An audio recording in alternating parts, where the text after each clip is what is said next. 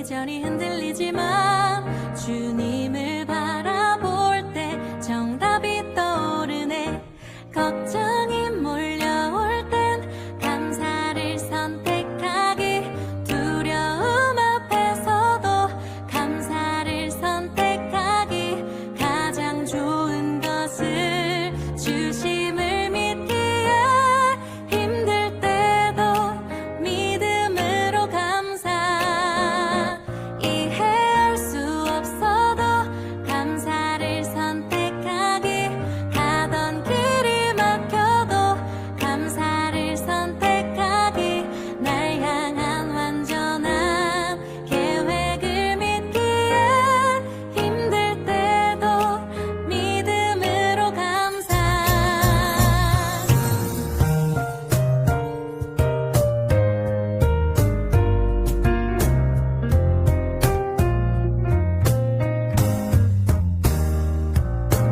오늘도 내 감정은 오르락내리락, 내 마음 나도 종잡을 수 없네. 내 마음은 상황에 따라 이리저리 흔들리지만 주님을 바라볼 때 정답이 떠오르네. 걱정이 몰려올 땐 감사를 선택하기, 두려움 앞에서도 감사를 선택하기, 가장 좋은 것을 주심을 믿기에 힘들 때도 믿음으로 감사, 이해할 수 없어도 감사를 선택하기, 가던 길이 막혀도 감사를 선택하기, 날 향한 완전한 계획을 믿기에 힘들 때도 믿음으로 감사. 모든 상황 속에서 언제나 정답은 감사.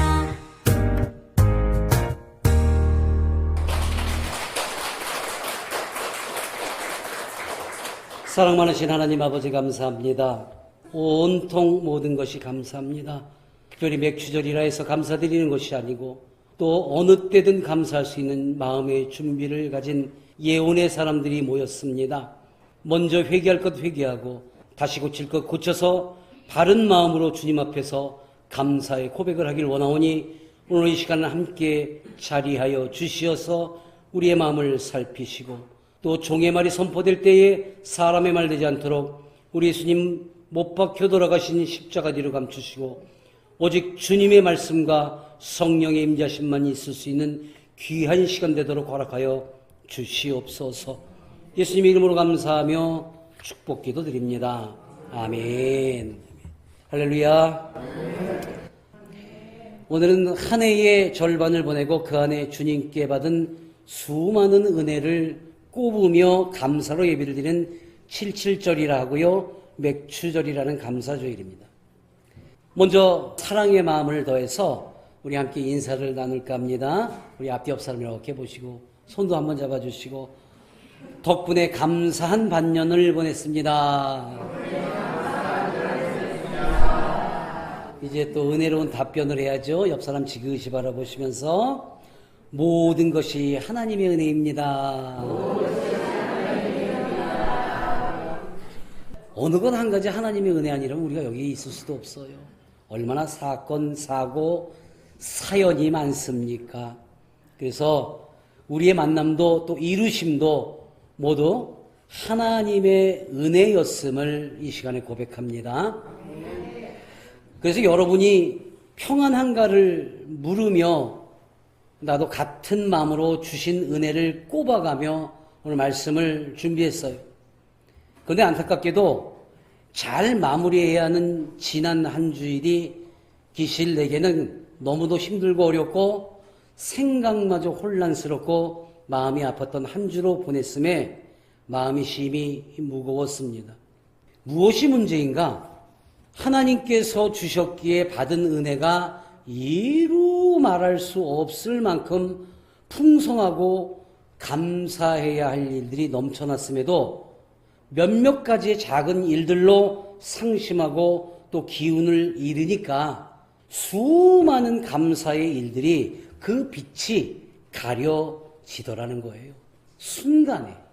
목사인데. 그러니 여러분은 한 사람 한 사람 어찌 나무라겠습니까? 늘상 하나님과 함께 말씀과 함께 성경책과 함께 기도와 함께 살아가고 있는 목회자도 작은 상심함으로 하나님의 은혜가 가리워지더라는 거예요. 그리고 여러분 살면서 얼마나 많은 가리워지는 일들이 있었겠습니까? 참으로 위험한 일이에요. 순간에 어떤 일로 그 은혜와 감사한 일들이 가려지는 그 순간이 사실은 아주 많이 위험한 일입니다. 참으로 아둔하고 지혜롭지 못한 일입니다.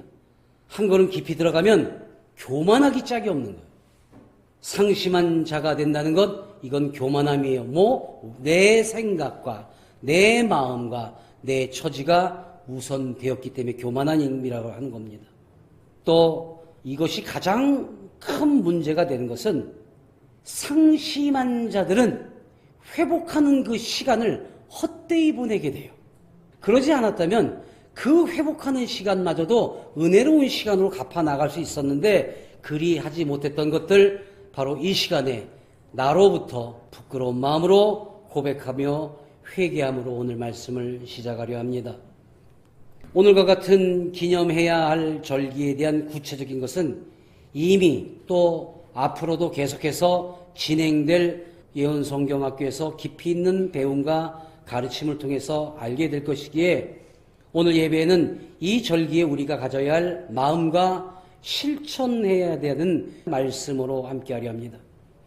감사의 날, 왜 우리 목사님이 서두부터 저렇게 불편하고 힘들었다고 투덜대다 말고 회개를 하고 있나? 앞서 우리가 함께 보셨지만 올해 들어서의 지나온 반년은 많이 추격하고 요약했음에도 우리 예원교회의 일정들은 숨이 찰 만큼 많은 일들과 예배 그리고 섬김의 모습이었었습니다.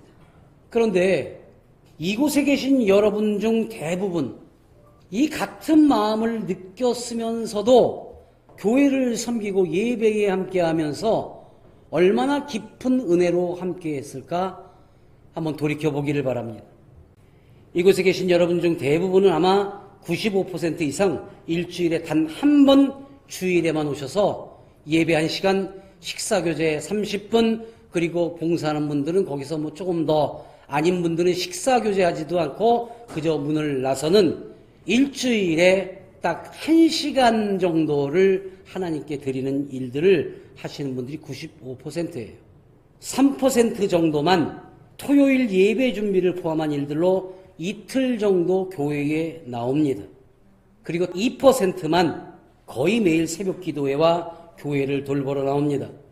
그리고 목사인 나와 사모만 정해진 날 없이 수시로 어느 때는 급히 연락이 오거나 문제가 생기면 하루에도 서너 번, 심지어 대여섯 번까지도 교회로 나옵니다. 우리 집도 여기서 결코 가깝지 않아요. 그럼에도 왔다 갔다 해요. 또 연락이 갑자기 와서 상담을 받고자 하는 분들, 그리고 아무 연락 없이 불쑥 교회에 와서 전화하시는 분들, 내칠 수 없으니까 달려 나옵니다. 심지어 밤 늦은 시간에까지도요. 왜? 교회니까요. 왜? 목회자이니까요. 주변에 살고 있는 그 가정이 있지만 우리 신선 집사 승준이 어려워요. 이곳까지 걸어 나오는데 얼마나 긴 시간, 얼마나 고통스럽겠습니까? 여러분, 뇌병변 장애인이 걷고 누구를 살피기라는 게 쉽지 않습니다. 그럼에도 불구하고 택배가 오면은 연락해서 그 몸을 가지고 택배를 다 들여놔요. 여러분, 우리 교회 출석하시면서 택배 들여놓은 분 몇 분 계십니까? 없어요. 이런 일들이 사실은 기쁨이었고 어느 때든 교회에 나와서 그렇게 그들을 상담하고 다독이고 보듬어주고 회복시켜서 돌려보낼 때 감사였고 목회자의 사명이라는 마음은 지금 이 순간에도 변함이 없습니다. 그런데 이 마음이 무너질 때가 있어요. 지난 주간이 특히 그랬어요. 억수로 폭우가 쏟아지는데 이제 11해가 지나고 나니까 교회 건물이 낡고 늙은 교회가 되었어요.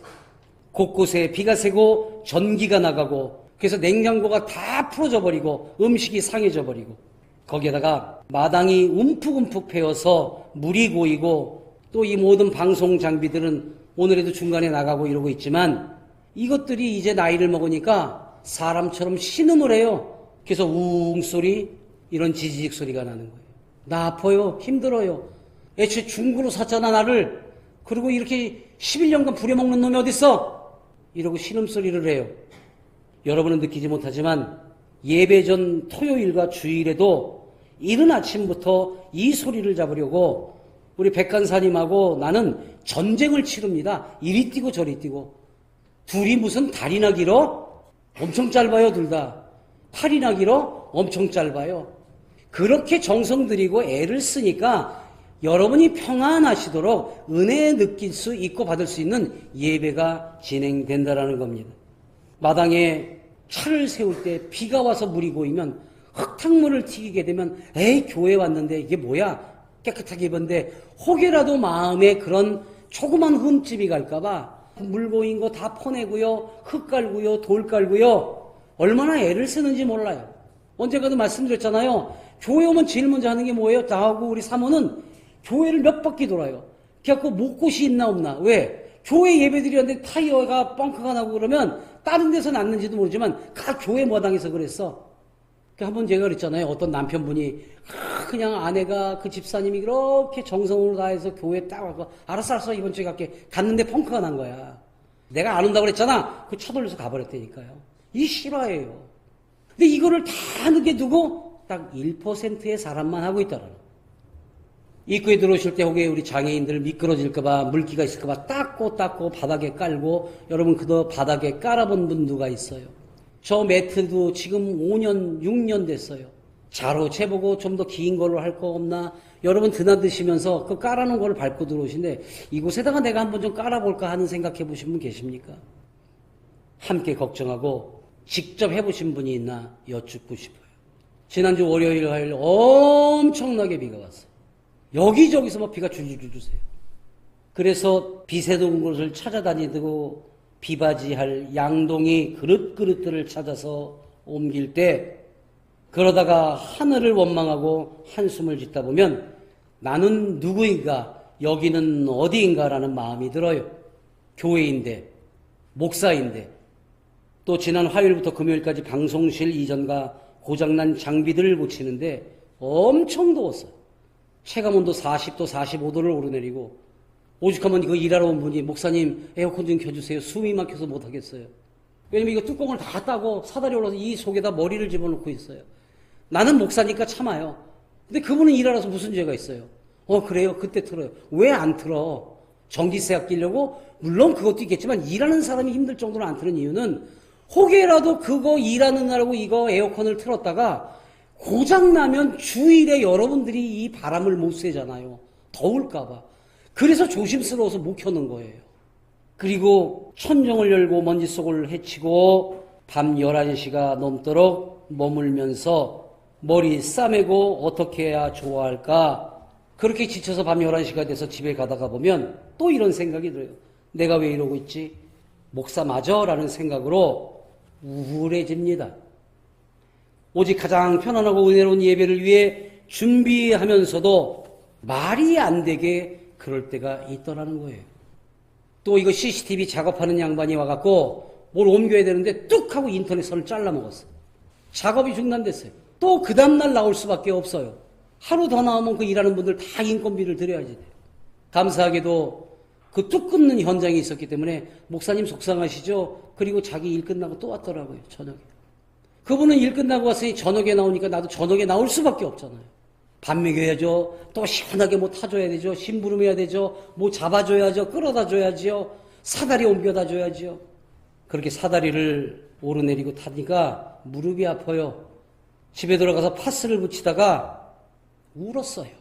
아프기도 하고 힘들기도 하고 억울하기도 하고 누구 하나 이 일을 걱정하는 사람이 누가 있을까라는 생각을 해봤어요. KT에다가 연락합니다. 예, 긴급으로 해주세요. 예, 알겠습니다. 그러고 안 와요. 저녁이라도 가게 하겠습니다. 그래서 또 밤늦게까지 기다리는데 안 와요. 그럼 그 시간에 전화하면 받는 사람도 없어요.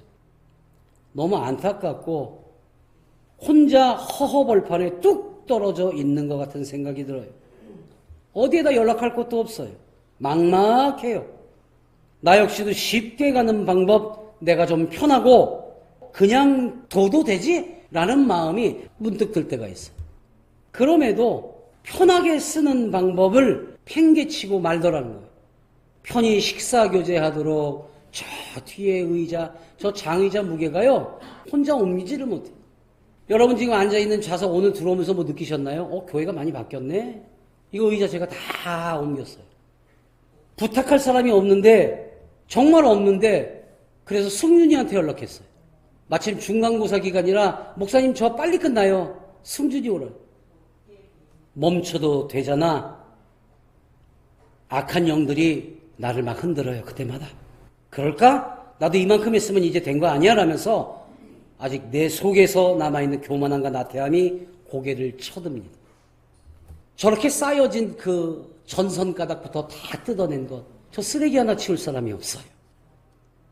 그런데 감사한 일은 이렇게 작은 예원교회가 공식, 비공식으로 국내외 20곳 이상을 지원하고 있습니다. 우리가 쓸 것보다 먼저 챙겨서 보냅니다. 장애인 가족들을 보호하고 지원하고 홀로 아이들을 키우고 희귀병을 앓는 아이들의 가정들과 시골의 작은 교회 목회자 그 자녀들의 교육비를 지원하고 있어요. 먹고 사는 문제야 가장이니까 거기 목사님이 노동을 하던 일당을 벌던 아르바이트를 하던 먹여 살리는 건 가장의 역할을 해야지요. 하지만 자녀들은 무슨 죄가 있어요? 어디 가도 서럽지 않게 하기 위해서 충분한 금액은 아니지만 우리가 너희와 함께하고 있어 그것을 알려주려고 우리가 지원을 하고 있습니다. 그 이유는 기술이 꼭 필요한 곳이 아니면 돈을 주고 사람을 쓰지 않겠다라는 것, 바로 그것을 애초부터 우리가 마음먹고 시작했기 때문이에요. 그 초심을 지키려 하고 있는 겁니다. 그럼에도 지원하는 것조차도 우리 교회 내 재정만으로는 턱없이 부족합니다. 외부 후원자들의 도움 없이는 우리 교회 월세는커녕 집행하고 있는 운영비, 전기세도 다 충분히 내지 못할 만큼의 형편이에요. 부족합니다. 한 주도 버티기 어렵습니다. 그래도 빚지는 거 없이 우리는 11년이라는 시간을 달려왔어요. 오직 하나님의 은혜로, 충심으로 섬기는 몇몇 사람으로. 가끔은 겨울에 너무 춥다, 여름에 너무 덥다, 이 교회 못 있겠다 하는 분들이 내 초심을 흔들 때가 있어요. 그래, 막대 해줄까? 나도 사탕 발림 해줄까? 한 주에 1시간 반 머무는 자리에 조건이 많은 사람들이 있어요. 이전에도 미안합니다, 죄송합니다, 그래도 아껴야 한다, 불 꺼라, 줄여라, 잔소리 하는 게 일이었던 적이 있어요. 그런데 교회가 해야 할 일들을 해야 하기 때문에 그래서 이제는 자신 있게 그래요. 에어컨 막 틀어주고 보일러 빵빵하게 틀어주는 그런 교회 가서 예배 드리세요. 허튼 돈 후원하겠다고 무슨 다단계니 뭐니 여기서 야, 예원교회를다가 우리가 홍보를 하면 잘 될 것 같아, 암울한 마음을 들고 하루에도 몇 번씩 전화가 와요. 야, 여기 무슨 농협인데요, 뭐 시골에 무슨 재단인데요, 저 예배 시간 중간에 시간 조금만 내주시면 그 물건 다 공짜로 나눠드리고 그 다음에 2달치 교회에서 쓸 헌금할 테니까 그 회원들 기록만 하게 해주세요. 엄청 많이 와요. 그런 줄 무지하게 화를 내고 제가 야단칩니다. 예배란 오직 하나님과 함께하는 시간인데 네 물건 팔아먹자고 그 시간을 내줘? 아유, 다른 교회 목사님들은 이렇게 하시는데요. 저도 교회 다니는 집사예요. 그래서 다니는 집사면 뭐하니 니가 어떻게 배웠길래? 저는 우리 교회가 아무리 아쉬워도 아무리 힘들어도 그릇된 일, 잘못된 곳, 어두운 돈은 절대 헌금이라 치지 않습니다. 내가 좀 편하자고 그런 일을 해서는 안 되지요. 왜 그런 자신감을 가질 수 있었을까? 바로 여러분들 때문이에요. 그래도 우리 교회가 제일 좋다고 은혜라 하고 예배의 자리를 지키고 있는, 기도하고 있는, 말씀을 경청하는 바로 여러분들 때문인데 마음도 함께 했으면 얼마나 좋을까 하는 말씀을 오늘 드리는 거예요. 목사를 마치 식당 주인이 손님을 취향을 맞춰주듯 그런 가게 주인이 아니라 교회 목사로 세워주셨으면 하는 마음이 있어서 서럽고 눈물 날 때가 있다는 겁니다. 혼자 가는 길로 만들지 말기를 바라는 겁니다. 이토록 어려운 현실에도 내가 헌금 설교를 단 한 번이라도 합니까? 나는 헌금을 가지고 설교한 적이 없어요. 이렇게 어려운데. 왜? 첫 번째 이유는 제가 부교육자 시절 저 중형교회 중고청년부를 맡고 있어 전도사로 심호를 할 때 엄청 많은 예배가 있는 교회였어요. 새벽, 수요, 금요, 철야, 토요일 각 부서별로 그 다음에 주일 1, 2, 3, 4부 예배까지. 근데 그 예배 때마다 빠지지 않는 담임 목사님의 설교는 헌금 설교였단 말이에요. 예배의 숫자가 많은 게 은혜가 아니라 바로 그것에 대한 거를 칭하기 위해서 당신은 외부에 집회를 다니니까 그걸 다 못해요. 그러니까 부교육자들한테 다 맡기고 시켜요. 근데 그땐 그렇게 배웠기 때문에 그게 옳은 줄 알았어요. 아, 목회는 이렇게 하는 거구나. 그래서 나도 중고 청년부 아이들한테 무슨 설교를 했겠습니까? 다른 거를 해결하기에는 애들이 다 가난한 집 아이들이니까, 직장도 없는 아이들이니까 그 아이들한테 할 수 있는 게 직장을 잡거든 바로 이 맥추절 얘기처럼 첫 열매에 대해서 뭐 엄청 많은 설교를 했어요. 어느 순간부터 그 아이들은 취직을 하면 첫 달의 월급을 그대로 봉투째 가지고 와서 헌금을 해요. 첫 열매입니다라고 써서. 근데 이게 막 시작되다 보니까 이게 유행처럼 번집니다. 근데 그게 은혜였을까요? 어떤 아이는 눈치 보이니까 혹시라도 나는 안 하면 왕따 당할까봐 하는 이게 헌금의 개념이 아니라 눈치의 개념이 되고요. 은혜의 개념이 아니라 이걸 해야만 내가 편히 살 것 같아라는. 그럼에도 불구하고 나는 못 느꼈어요. 왜? 선배 목사가 가르치니까. 그러다가 어느 날 밤 늦은 시간에 교회에서 일을 마치고 이렇게 걸어서 큰 길가로 내려가는데 우리 청년부의 자매 아이가 밤 늦은 시간에 걸어오는 거예요. 큰일 나. 밤에 다니지 마. 늦게 다니지 마. 얘가 길에 서서 갑자기 엉엉 울면서 바닥에 주저앉아 버려요. 얼마나 당황했겠어요. 그 아이를 데리고 길가로 나가가지고 이렇게 골목길에 앉았어요. 전도사님이 얘기한 게 섭섭했니? 미안해. 아니요. 첫 열매로 첫 번째 월급을 헌금을 하고 났더니 집이 가난하니까 돈이 없어요. 그러니까 아침에는 출근할 때는 늦을까봐 버스나 지하철을 타는데 돌아올 때는 시간적 여유가 있으니까 5정거장, 6정거장을 걸어 다니는 거예요. 돈이 없으니까. 헌금 드리고. 점심은 밥도 굶는 거예요. 그렇게 이 녀석이 열흘, 보름 가까이를 다니고 있었던 거예요. 그래서 뭐라고 얘기할 수가 없어갖고 골목길에 둘이 나란히 앉아서 같이 울었어. 그냥 울 수밖에 없겠어. 미안하다고 할 수 없잖아요. 헌금만 있는데. 그래서 그 아이의 2달치 패스를 끊어주고 그리고 제가 반항을 했습니다. 담임 목사님한테. 그 교회에서는 이런 일까지 있어요. 성도 한 명당 그 한 명은 누구냐? 갓난 아이까지도 1인당 얼마씩 정해서 그 작정 헌금을 해야 돼요. 깜짝 놀랐어요. 그리고 그걸로 건물을 지었어요. 그리고 뭔가 단체를 만들었어요. 그리고 자기 아들을 갖다 앉혔어요. 그때 결심했어요. 나는 죽어도 헌금 설교 안 할 거예요. 두 번째 이유가 뭔지 아십니까? 저 어린이 대공원 있는 더 그쪽에 집회를 갔었어요. 그때 담임 목사가 은혜 받았다고 자, 요 예배에서 모인 헌금은 전부 걷어서 빵봉지에다가 넣어가지고 개수도 안 하고 그대로 우리 예원교회에 드린다고 주신 적이 있었어요. 장애인들을 위해서 써주십시오. 그 집에 와서 그 봉투를 이렇게 침대 위에서 터는데 보니까 그 중에 딱 1,000원짜리 2장인가가 꼬깃꼬깃 뭉쳐져가지고 있는. 푸는데 튀김용 기름이 잔뜩 묻어 있고요. 고추장이 잔뜩 묻어 있어요. 그 교회 들어가기 전에 그 길 건너에서 떡볶이랑 튀김 파는 할머니 권사님이 헌금하신 게 100%잖아요. 근데 그 헌금이 권사인데 2,000원 하기가 부끄럽다고 꼭 쥐고 있다 몰래 집어넣은 거예요. 근데 거기에 써 있잖아요. 누구누구 권사 겁니다. 고추장, 튀김 기름. 여러분 저 그 자리에서 엎드려서 울었어요. 막 울었어요. 야, 아무리 하나님 사랑하고 아무리 교회를 사랑한다고 그 추위에 발을 동동 굴러가면서 저 나이 연세 먹은 분이 기름에 튀기고 고추장 범벅이는데 예배 시간에 와서 헌금이라도 하고 그리고 예배도 다 못하고 얼마나 듣고 싶었겠어요. 그 간증이. 근데 다시 장사로 나가셨던 그분이. 근데 그걸 함부로 쓴다고요? 헌금을? 그래서 못 쓰는 거예요. 그래서 헌금을 하는 소리를 안 하는 거예요. 울 수밖에 없잖아요. 왜?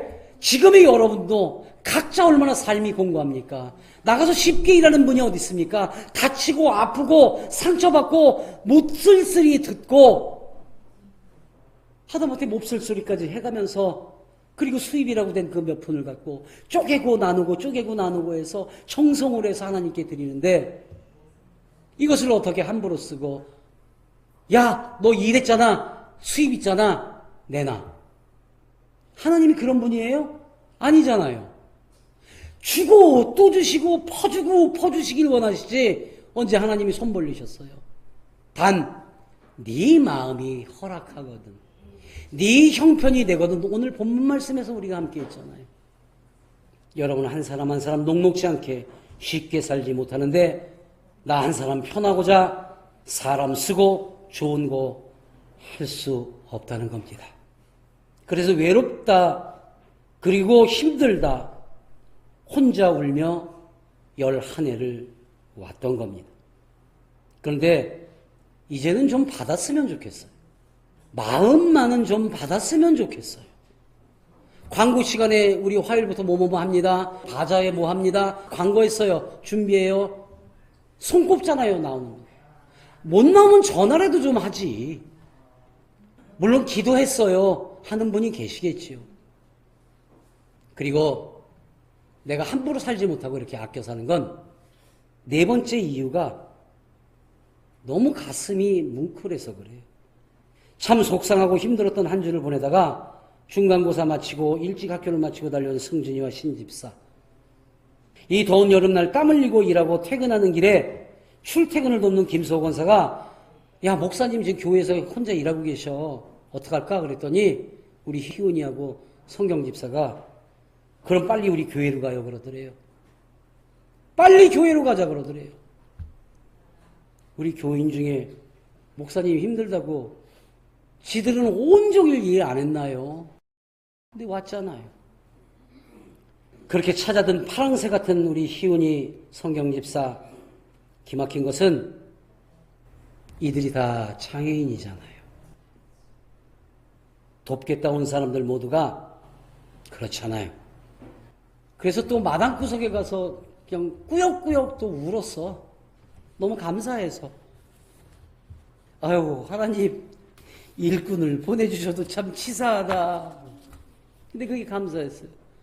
근데 김서호 권사한테 농담으로 해서 권사님 나 불쌍하지 않아? 뭐가요? 아니 일 돕겠다고 온 사람이 의자 하나 같이 둘 수 없는 사람만 딱 와서 있는데 안 불쌍하니까 목사님 그게 더 은혜 아니에요? 아이고 참말로 은혜예요. 진짜 은혜였어요. 여러분 얼마나 큰 힘이 나는지 몰라요. 와서 아무 일도 할 줄 모르고 시키는 일조차 제대로 하지 못해도 옆에 든든히 서 있어 주는데 제가 오죽하면 사진 찍자고 그랬다니까. 딱 세워놓고. 더 웃기는 건 승준이가 가운데서 차렷하니까 또 옆에서 보기도 같이 차렷해요. 사랑하는 여러분, 제가 함부로 살지 못하는 이유가 바로 이런 겁니다.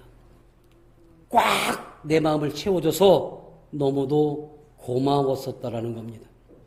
오늘 성경에서 말씀하시는 그 말씀을 새겨보면 맥추절을 지키라 이는 네가 수고하여 밭에 뿌린 것에 첫 열매를 거두미라로 시작이 됩니다.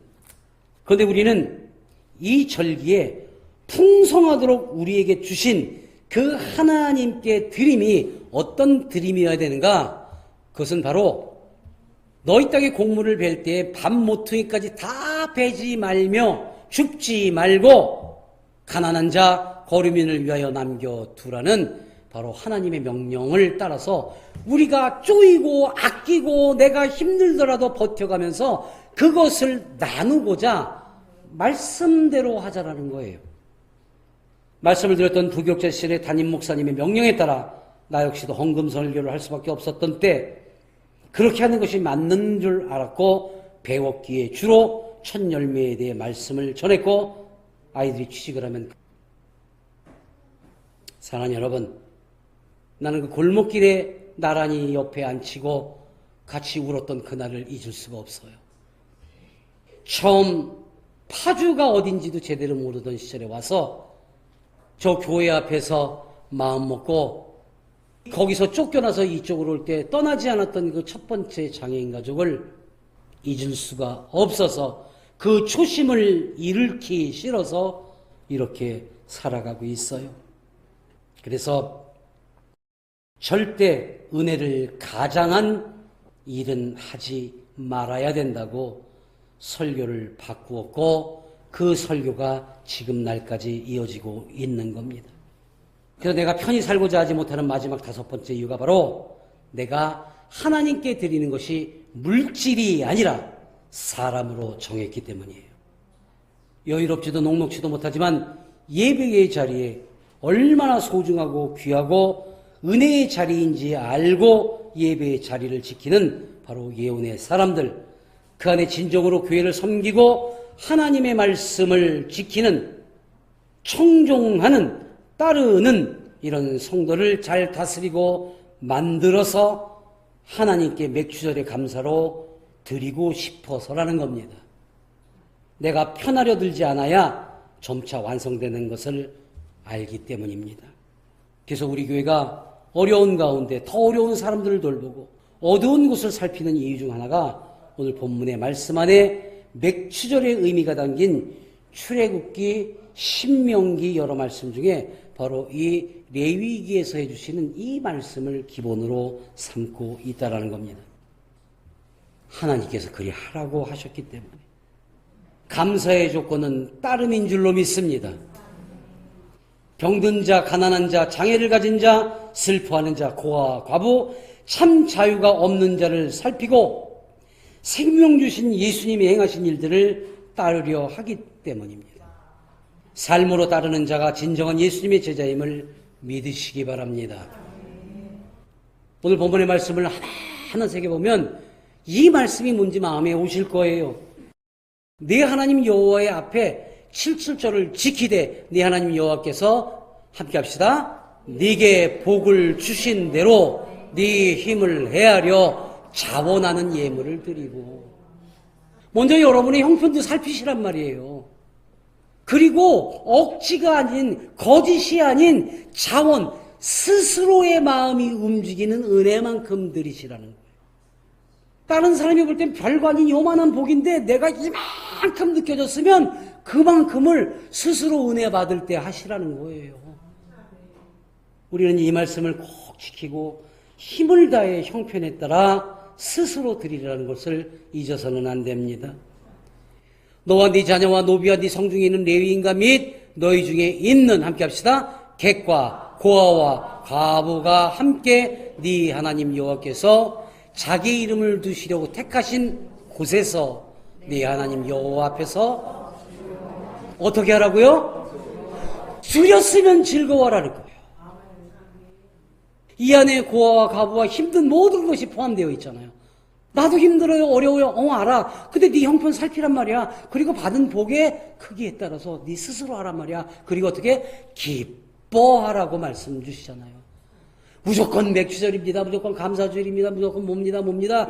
그게 헌금이 하나님께 드려지는 행위가 진실로 큰 축복의 행위가 되기를 예수님의 이름으로 축원합니다.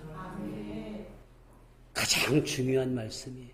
함께 합시다. 시작. 너는 애굽에서 종되었던 것을 기억하고 이 규례를. 아멘. 하나님께서 관심을 두시고 바라시는 곳을 위해서 드리고 그분 앞에서 기뻐하는 모습으로 살아가되, 그런 후에 종이 되었던 그때 가장 어렵고 힘들고 숨도 쉴 수 없었던 종 같은 존재일 때도 은혜 하나만으로 하나님만 바라는 마음으로 말씀대로 지도자의 인솔하는 그대로 광야로 나섰던 그들의 마음가짐, 초심을 잃지 말라는 말씀이에요. 조금만 편안해지면, 조금만 어려우면 가장 먼저 흔들리는 게 예배야. 조금만 편안해서 조금만 뭐가 생기면 가장 먼저 잊어버리는 게 말씀이야. 이렇게 하라는데 안 한단 말이에요. 부끄러운 것조차도 몰라요. 눈물 쏟고 숨도 못 쉴 만큼 억울하고 힘들고 바닥에 주저앉아서 일어날 수 없어요. 온갖 정성을 다해서 기도하고 온갖 정성을 다해서 섬기고 어떤 방법이든 찾아내고 사람을 연결해서 다 일으켜서 숨쉬게 하고 좀 살만하면 교회를 떠나. 안 나와. 왜? 자신의 과거를 아니까. 자신의 사연을 알고 그 고민거리와 그 억울함을 풀기 위해서 함께 기도하고 손붙들고 있었던 사람들 곁을 떠나서는 안 되지요.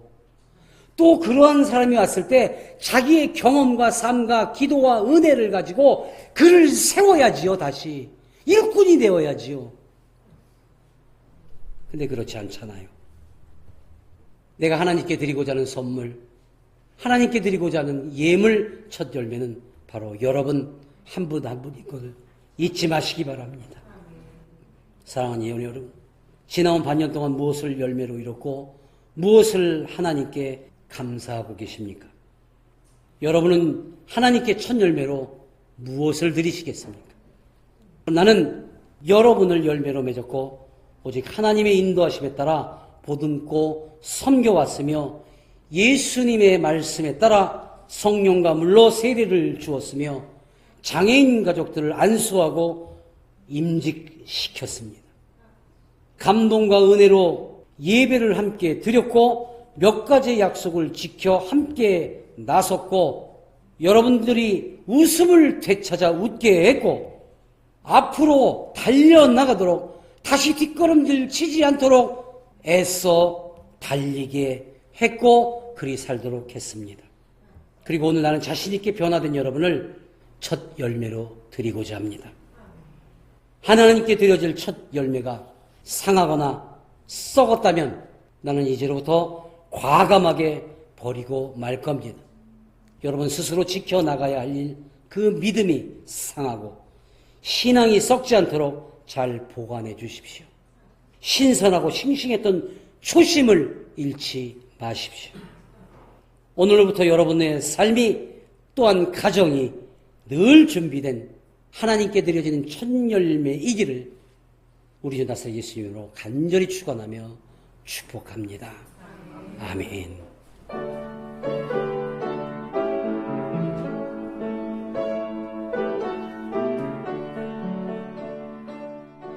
이제는 우리 구주 예수 그리스도의 은혜와 하나님 아버지의 크나크신 사랑과 성령님의 감화감동 역사하시고 내주 교통하심이 오늘 자리에 모여 예배를 드렸으며 진정한 첫 열매가 되기를 원하는 귀한 생명들, 또 임금각 저와 영상으로 예배를 드린 귀한 생명들과 그들의 자녀와 가정과 가족과 하고자 하는 모든 일 위에 또 하나님의 명령을 준행하여 섬기고 있는 이 예온교회와 태안예온 수양강교회와 섬기는 모든 손길들 위에 이제로부터 영원토록 함께 하시길 간절히 축원하옵나이다. 아멘.